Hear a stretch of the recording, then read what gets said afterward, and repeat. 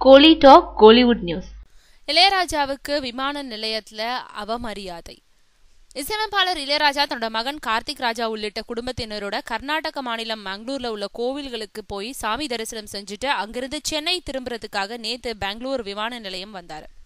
விமான நிலைய அதிகாரிகள் இளையராஜாவோட கைப்பைய சோதனையிடணும்னு சொன்னாங்க. அதுக்கு பையில கோவில் பிரசாதம் தான் இருக்குன்னு இளையராஜா சொல்லியிருக்காரு. அத காதுல போட்டுக்காத அதிகாரிகள் வலுக்கட்டாயமா இளையராஜாவோட பைய சோதனை செஞ்சாங்க.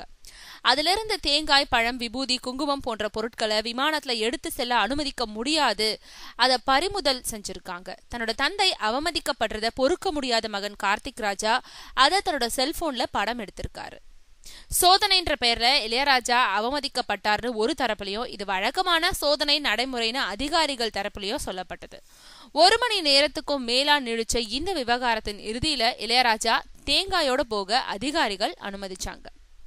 இந்த பிரச்சனை குறித்து கார்த்திக் ராஜா சொல்லும் பொழுது, தேங்காய கொண்டு செல்ல விடாம தடுத்த விமான நிலைய அதிகாரிகள் இறுதியில வருத்தம் தெரிவிச்சாங்கன்னு சொல்லியிருக்காரு.